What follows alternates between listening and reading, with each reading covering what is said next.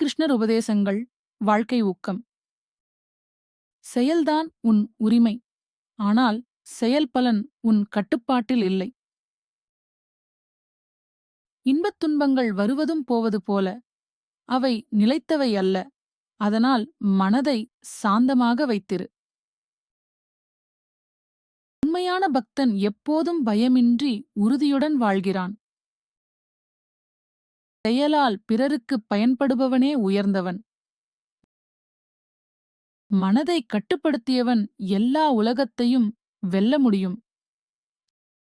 சுயநலம் கொண்டவரின் வாழ்க்கை சிறியது, தியாகம் செய்பவனின் வாழ்க்கை நிலைத்தது. பிறரை குறை கூறுவதில் நேரத்தை வீணடிக்காதே.